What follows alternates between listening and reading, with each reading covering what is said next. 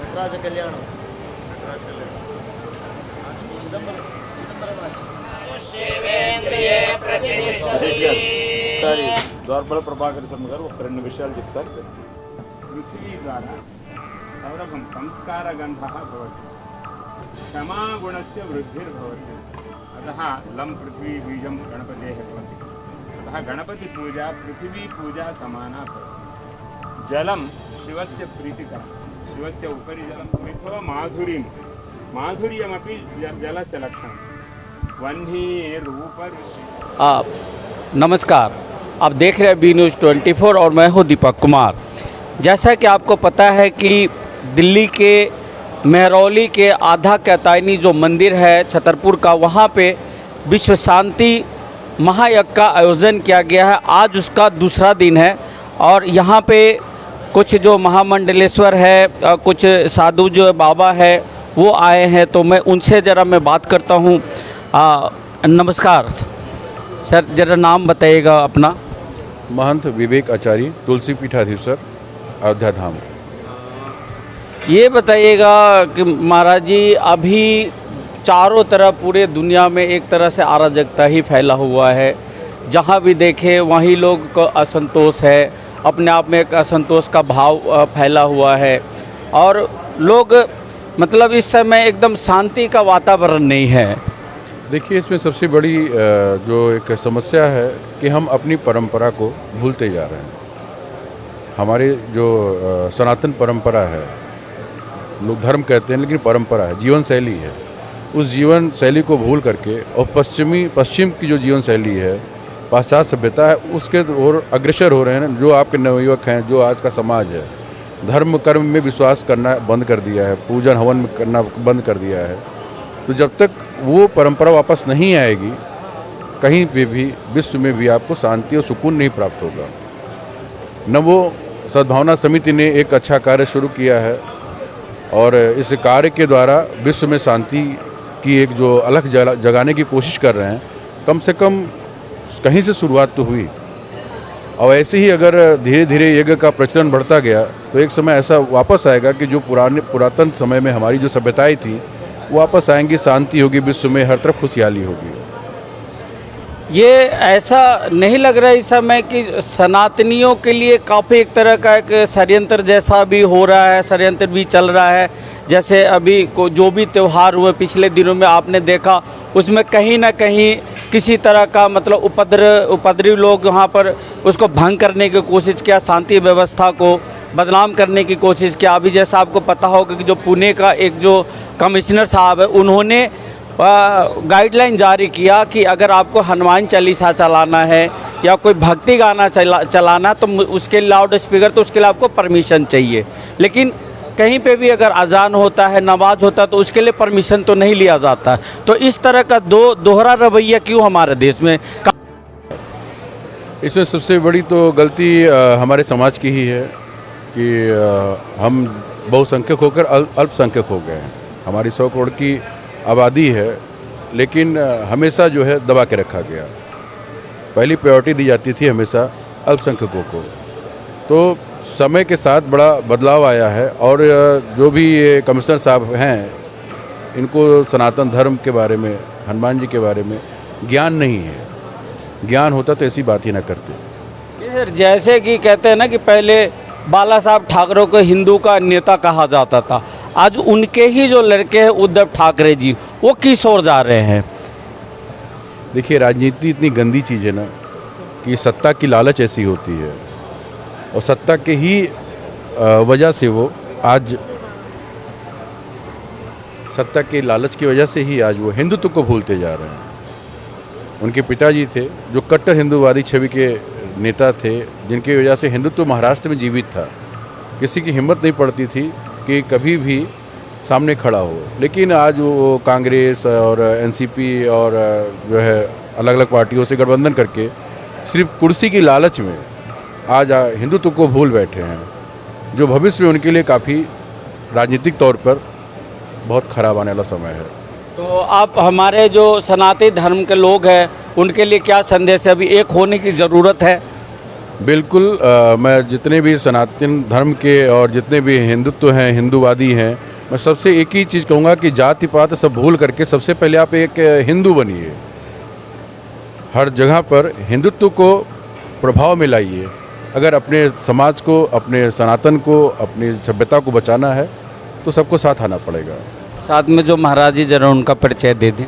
हमारे साथ रामानंदाचार्य जी, जगत गुरु स्वामी राम दिनेशाचार्य जी महाराज बहुत अच्छे संत हैं, महंत हैं, पीठाधीश्वर हैं और बहुत अच्छे ही व्यास हैं, कथावाचक भी हैं और अयोध्या में बहुत प्रभुत्व रखते हैं और बहुत ही सरल व्यक्तित्व के इंसान हैं। अयोध्या में रहते हैं। तो आप अपना नाम क्या बताएं? महंत विवेक आचार्य, तुलसी पीठाधीश्वर, दंड धावन कुंड। आप भी अयोध्या रहते हैं। आप बताइए जरा, हमारे जो सनातन धर्म के लोग हैं उनके लिए क्या संदेश है? वही मेरा सवाल है कि अभी लोगों के मन में एक अशांति का भाव है।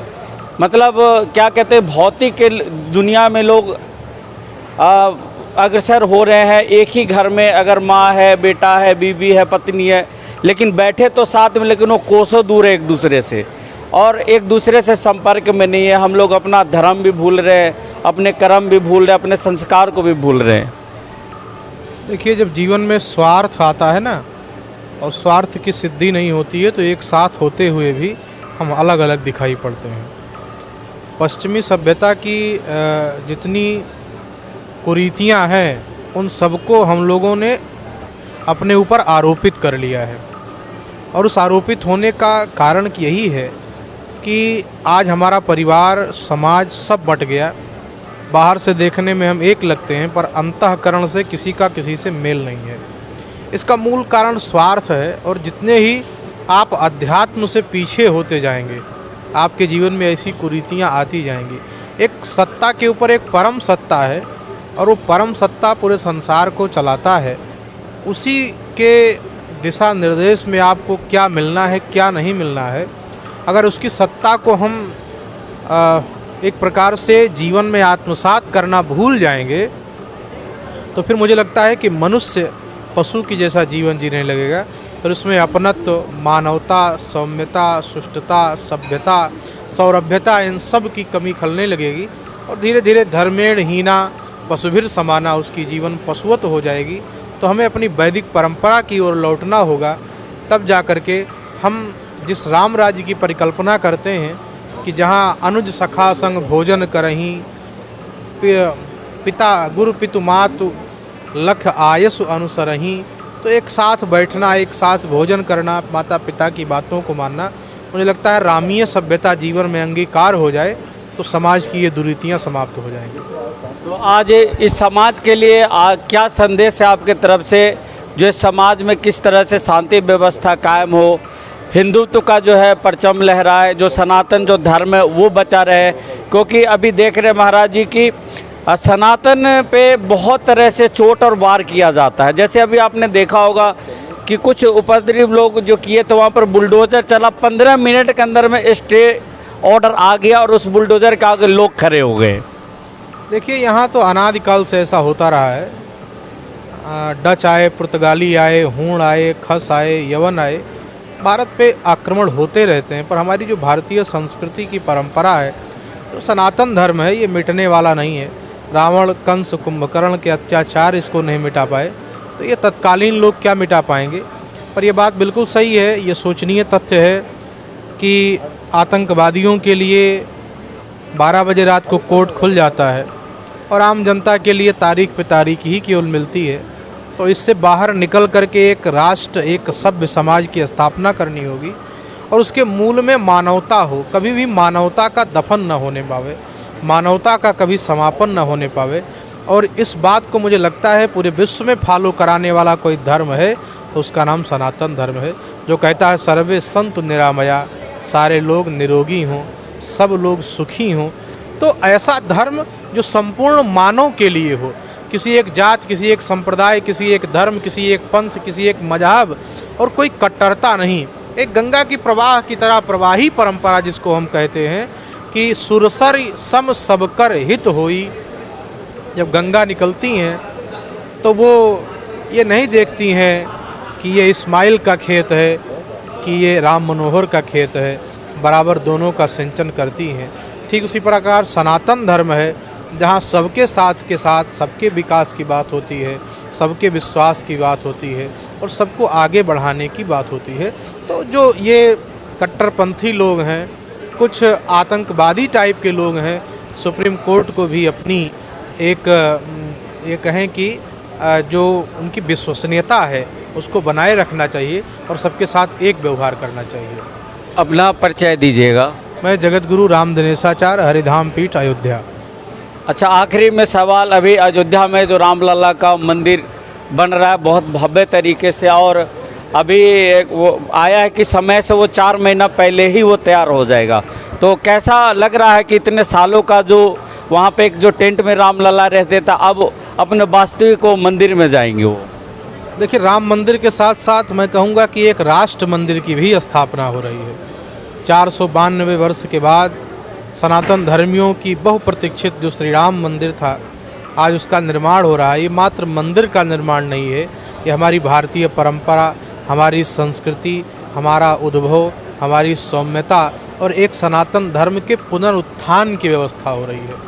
राम मंदिर ही केवल एक ढांचे ईंट और पत्थर से बना हुआ केवल भव्य भवन नहीं होगा, बल्कि एक राम की मर्यादा की स्थापना हो रही है, जिससे विश्व बंधुत्व, जिसमें भ्रातृ प्रेम, जिसमें मातृ प्रेम, जिसमें राष्ट्र प्रेम और जिसमें जगत और जगदीश से प्रेम की भावना निहित समाहित है। तो मुझे लगता है कि राम मंदिर के साथ साथ राष्ट्र मंदिर का ये पुनर्स्थापना का दिवस है, जिससे अयोध्या सहित पूरे भारत ही नहीं अपितु विदेशों में भी रहने वाले सनातन धर्मी जितने हैं वो सब बहुत ही आनंद का अनुभव कर रहे हैं। तो ये थे हमारे जो आपने सुना जो महाराज जी हैं, इन्होंने बताया कि सबसे पहले जो है यहाँ हम लोगों को जो भी सनातनी है उनको एक होना पड़ेगा और अपने संस्कारों में लौटना होगा। जो पश्चिमी परिवेश है उसको छोड़ना होगा। विश्व शांति महायज्ञ का आयोजन किया जा रहा है छतरपुर मंदिर के प्रांगण में, किस तरह से देखते हैं और क्या संदेश देंगे? नमस्कार। नमो सद्भावना समिति यहाँ पे पिछले बार भी किया था, वहाँ एक नहीं, यहाँ पे पिछले बार भी मैं आए थे। यहाँ पूरा धन्वंतरी का, सूर्य भगवान का और माता का, सबका इधर अलग अलग प्रांगण में इधर यज्ञ होता है और इधर अग्नि का जो कार्यक्रम चलना है वो पिछले बार भी चला है, अभी भी। बीच में कोविड का कारण थोड़ा ब्रेक आया था, लेकिन इस बार फिर नमो सद्भावना समिति फिर कार्यक्रम चला रहा है। बहुत अच्छा सा प्रांगण है, बहुत अच्छा सा बहुत अरेंजमेंट्स किया है। भारत देश में जहाँ जहाँ से, तमिलनाडु से, आंध्रा से, अयोध्या से, कश्मीर से, पश्चिम भारत से बहुत सारे स्पिरिचुअल पंडित्स लोगों को बुला के इधर उनके द्वारा बहुत कार्यक्रम चला रहा है। परसों गणेश जी का कल्याण हुआ था, आज और चिदम्बर जो स्वामी जी का, शिव जी का कल्याण है। कल सुब्रमण्य स्वामी का चल रहा है, कार्य कल्याण होगा और परसों राम जी का सीताराम कल्याण भी होगा। ऐसा बहुत सारे कार्यक्रम और यज्ञ भी चल रहा है। लोक कल्याणार्थ ये नमो सद्भावना समिति इन्हें कार्यक्रम जो कर रहा है, हम जो जिस भारत देश में हैं हम लोग को, सब लोगों का शांति सुख होना है बोल के कर रहा है। इनका मेरा अभिनंदन कर रहा हूँ। मैं भी ये कार्यक्रम में पिछले बार भी मैं शामिल हुआ था, अभी भी आज इसी के लिए ये कार्यक्रम में आया था। उनको और एक बार अभिनंदन कर रहा हूँ मेरे तरफ से। धन्यवाद। अपना परिचय दे दीजिएगा। परिचय। मैं Satish Reddy, defence research and development organisation DRDO का चेयरमैन हूँ और secretary department of defence R&D। तो जैसा कि अभी आपने देखा कि जो यहाँ जो संत महात्मा आए हैं, मैं उनसे उनके बारे में भी बात किया, सनातनी धर्म के बारे में बात किया। आज यहाँ पे हमारे बीच यहाँ पे कुछ स्वयंसेवक के कुछ कार्यकर्ता है जो जिनके वजह से ये यज्ञ जो सफल हो रहा है और यहाँ पे जितने लोगों सबका अलग अलग अपना कार्यभार बटा हुआ है। तो मैं इनसे ही पूछता हूँ, इनसे नाम, इनका परिचय और इनका काम। तो नमस्कार, आप पहले अपना नाम बताइएगा। मेरा नाम नरेंद्र कुमार गुप्ता है, पेशे से मैं चार्टर्ड अकाउंटेंट हूँ।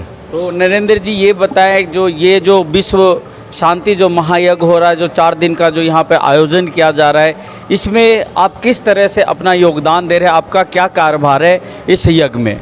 इस नमो सद्भावना समिति की तरफ से मैं यहाँ का संचालन देख रहा हूँ।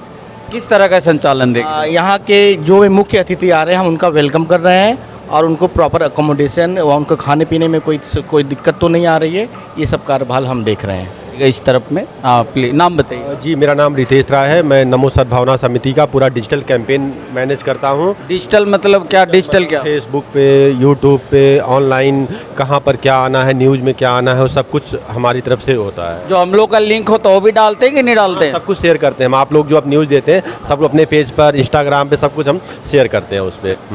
आप अपना नाम बताइएगा।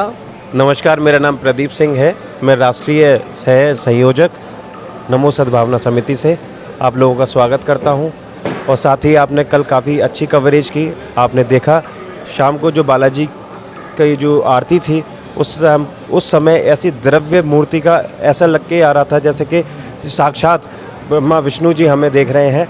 और जो फील किया है, हज़ारों की तादाद में लोग बढ़ चढ़कर हिस्सा ले रहे हैं आहुति में, आके अपना कष्ट, प्रॉब्लम, परेशानी, जो कुछ लोगों ने अपने लोगों को खोया है, कुछ लोगों ने धन को खोया है, दुनिया भर की क्षति हमारे देश में हुई है। तो ये विश्व शांति महायज्ञ का पर्पस सिर्फ यही है कि जो जिस तरीके से आपके ब्रेन को, आपके दिमाग के, आपको शरीर को शांति मिल पाए, उस शांति के लिए हमने ये महायज्ञ किया है। और जैसा कि गुरुजी ने आपको अभी बताया कि पहले से ही इतनी सारी प्रॉब्लम चल रही हैं विश्व युद्ध के चक्कर में, सामने चीज़ें चर्चा में आप एवरीडे आप खुद ही हमें सूचनाएं दे रहे हैं। तो अब आप देखेंगे सनातन धर्म इस बीमारी को कैसे ख़त्म करेगा, ये बीमारी कैसे ख़त्म होगी। और साथ ही जितनी तरीके की लोगों के साथ चुनौती आ रही हैं, विश्व युद्ध को लेके जो गणनाएं गढ़ रहे हैं, ये सब कुछ नहीं होने वाला। अगर होगा भी, आप देखिएगा विश्व विजेता इस बार अपना भारत रहेगा। तो आज जो शाम का क्या कार्यक्रम है? दिन में तो अभी जो चल ही रहा है, जो हवन या सुबह से चलता है हवन, यज्ञ, मंत्रोच्चारण, इस तरह का कार्यक्रम, यानी कि अलग अलग मंडप में रोज़ अलग अलग कार्यक्रम है क्या? जी जी जी, अलग अलग हमारे 5 मंडप हैं। 5 जगह हमारे भगवान विष्णु, भगवान गणेश, हमारी माता, सबके अलग अलग मठ हैं। हमारे महायज्ञ हो रहा है जहां आहुति दी जाएगी। और शाम का जैसे आपने बताया, शाम को आप आज हमारे मुख्य जो रहेंगे महर्षि मानस दास जी हैं, जो बहुत ही सुरीले गायक हैं। और उनकी उन्होंने कल भी तो भजन वही उन्होंने गाया था। जी, आज लोगों की डिमांड पर लोग छोड़ना नहीं चाहते, तो उनकी मोहब्बत के लिए हमने उनको दोबारा से इनवाइट किया है। और मैं चाहूँगा कि आप प्रसाद के साथ में उनकी आवाज़ का और इस मंच का, इस भजन संध्या का आप फ़ायदा उठाएं। और दीपक जी, मैं आपको बहुत बहुत धन्यवाद करता हूँ जो इतनी सारी इन्फॉर्मेशन आप अपने कवरेज के थ्रू, मीडिया के थ्रू, आप प्रेस के थ्रू आप लोगों तक पहुंचा रहे हैं, जिसकी वजह से आज पंडाल में काफ़ी भीड़ है और उत्साह है, लोग बढ़ चढ़कर हिस्सा ले रहे हैं। तो मैं चाहता हूं कि आपको और आपके परिवार को और आपके चैनल के सभी लोगों को मेरी तरफ से बहुत बहुत धन्यवाद। और साथ ही मैं आप सबको इनवाइट करता हूं कि आप आएँ, आप आहुति दें, प्रसाद लें और अपनी सारी प्रॉब्लम्स को ख़त्म करें। और हमेशा हम भी चाहते हैं कि न्यूज़ में अच्छी चीज़ें आएँ, सनातन धर्म को लेकर आएँ। सनातन धर्म इकट्ठा हो रहा है, सारे लोग इकट्ठे हो रहे हैं इसको लेके। तो मैं चाहता हूं कि आप इस मैसेज को जितना ज़्यादा लोगों तक पहुंचाएंगे, लोग, मुझे पता है, स्वतः ही अपने आप आ रहे हैं। और हम उसका आज रिजल्ट भी देख पा रहे हैं कि आज कितनी भीड़ इस पंडाल में है। सर, तो आपने सुना जो स्वयंसेवक लोग हैं, और मैं हमेशा अपने चैनल के माध्यम से कहता हूँ कि अच्छे चीज़ों में लोगों का सहयोग होना चाहिए, अच्छे जो चीज़ें उसमें बढ़ावा देने के लोगों का यहाँ पे उपस्थिति होना चाहिए।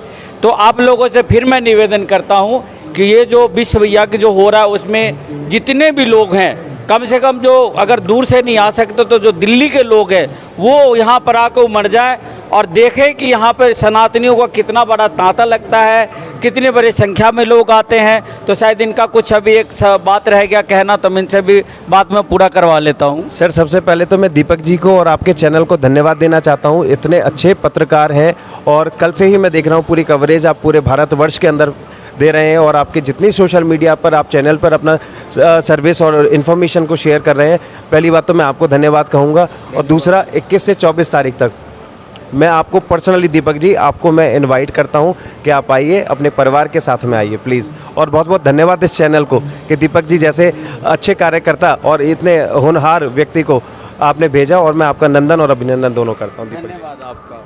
तो अभी जो हमारे साथ में है तो ये अभी बताएंगे कि जो शाम में आज जो आप देख रहे हैं, जैसे कि मैंने आपको कल दिखाया कि इस तरफ जो शाम को यहाँ तिरुपति बालाजी का आरती हुआ था और काफ़ी अच्छा और भव्य आरती था, और यहीं पर कुछ शाम को कुछ सांस्कृतिक कार्यक्रम था। तो शायद आज भी जो है यहाँ पे जो ब्रह्मश्री मानस दास का कुछ कार्यक्रम है, शायद उसके अलावा भी यहाँ पर कुछ और भी कलाकार आने वाले। तो मैं इनसे पूछता हूँ, अपना नाम बताइए और इनके अलावा आज कौन कौन से कलाकार आ रहे हैं।